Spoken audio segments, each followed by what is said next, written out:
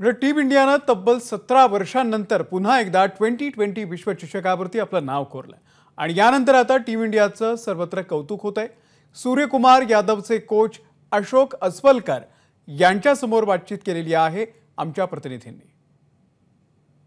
World cup जिंकल्यानंतर विश्वमध्ये प्रत्येक ठिकाणी सेलिब्रेशन सुरू आहे। मी मुंबईमध्ये आहे आणि आपण पाहू शकता की मुलांचा किती उत्साह आहे। वर्ल्ड कप जिंकल्यानंतर हे जेवढे मुलं आहेत तेही देखील सेलिब्रेट करतायत। आपल्या सोबत सूर्यकुमार यादवचे कोचही देखील आहेत, त्यांच्याशी आपण बोलूया। सर इथे आपण त्यांचं हे पण बघू शकता की लोक सूर्य नावाने चॅन्ट करतायत।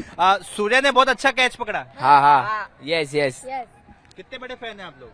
बहुत बड़े। कैसा लग रहा है? अच्छा लग रहा है। बहुत अच्छा लग रहा है। अच्छा, चेंबूर मधून एक प्लेअर आपल्या इकडे आहे, म्हणजे खेळतो इंटरनॅशनल मध्ये गोवंडी मध्ये, जे अस्वलकर सरांनी एवढं त्यांनी स्ट्रगल म्हणजे त्यांना एवढं सपोर्ट केलं पहिल्यापासून, आणि जे त्यांचं जे कॉन्ट्रीब्यूट होतं ते कालची इम्पॉर्टंट मॅच मध्ये त्यांनी कॅच पकडली, तेच वाटतं की टर्निंग पॉईंट होतं। कारण जसा तो मिलर होता बॅट्समॅन खेळणारा, तर तो डेंजरस होऊ झाला असता त्याच्यामध्ये। मॅच आपण गेलीच असते आपली, जेव्हा 6 गेला असता, कॅच सुटली असती समजा किंवा बाहेरच गेला असता डायरेक्टली, तर मॅच आपल्याला गेली ते पहिल्याच बॉलला 6 गेला असता, 5 बॉल 10 उरले असते, मग नथिंग त्याने ऑब्व्हियसली मॅच गेली असते।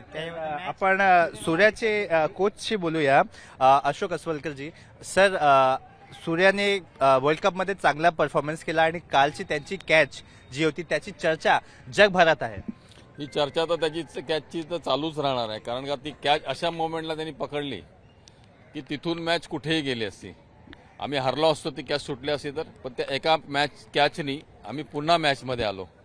कारण का 30 बॉल 30 म्हणजे T20च्या मॅचमध्ये 30 बॉल 30 म्हणजे काहीच रन नसतात, पण ती मॅच आम्ही डिफेंड केली।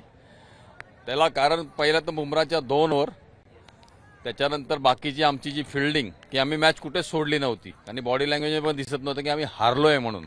हा सगळ्यात मोठा प्लस पॉईंट होता। आणि एक मोमेंट अशी आली की जशी सूर्यानी कॅच बनवली की हार्दिक पांड्यानी तो बॉल टाकला, त्यांनी मारला, कनेक्ट पण झाला, बॉल बाउंड्री लाईनवर चाललाय, सगळ्यांना दिसतोय, आणि एका मोमेंटला सूर्या त्या बॉल खाली येतो काय, बाउंड्री लाईनला मॅच करत जाऊन कॅच बनवतो काय, कॅच मैदानात उडवतो, बाहेर जातो, येऊन परत कॅच पकडतो काय, तिथून जी मॅच टर्न झाली ती मॅच आमच्याकडे, तिथून वर्ल्ड कपही आमच्याकडे झाला। म्हणजे कॉन्फिडन्स एकूण या मॅच मध्ये इम्पॉर्टंट भूमिका त्यांनी प्ले केली। यस, कॉन्फिडन्स म्हणजे काय, रोहित शर्माने जो काय मुलांना त्या कॉन्फिडन्स दिला ना, तो जबरदस्त होता।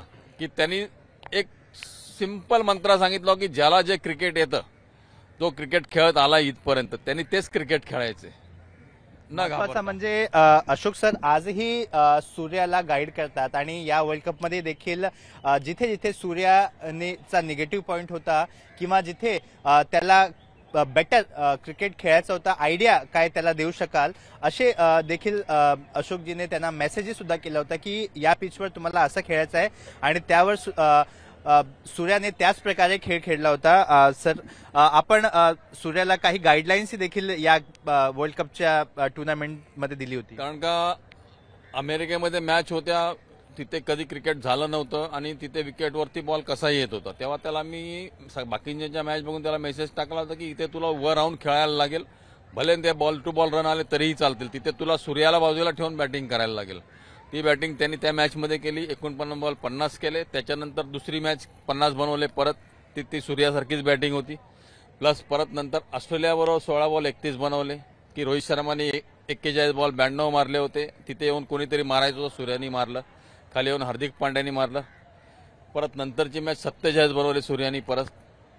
म्हणजे तो त्याचा ग्राफ जो होता तो एकदम सरस चालला होता, आणि ठीक आहे फायनलला तो आऊट झाला लवकर, कारण का ह्या गोष्टी सगळ्या होत असतात क्रिकेटमध्ये। पण शेवटचा प्रश्न, आता जिंकलेले आहोत, पहिला रिॲक्शन आपल्याला काय आहे, आणि रोहित शर्मा आणि त्यांची टीम त्याचबरोबर सूर्यासाठी काय मेसेज आहे? त्याला एकच मेसेज आहे की जी गोष्ट आम्हाला हवी होती, आणि रोहित शर्मा विराट कोहली जसा बोलला की मी आता T20 मध्ये रिटायर झालोय, ते सगळे जे लिजेंड आहेत त्या लिजेंड बरोबर माझा सूर्या जेव्हा खेळतो तेव्हा माझ्यासारखी कुठली मोठी गोष्ट नसते। पण पहिलं की इथे जर तुम्ही इथे लोकांना ऐकतायत की लोक देखील इमोशनल झालेत, तर कोच देखील इमोशनल झाले होते। आणि त्यांचं असं म्हणणं आहे की आपल्यामध्ये खेळलेला पोरगा आता तो वर्ल्ड कप मध्ये आहे आणि चांगला परफॉर्मन्स केला आणि वर्ल्ड कप आता त्यांच्या हाती आहे. Cameraman Gajanan sir, Suraj Ojha, ABP माझा, मुंबई.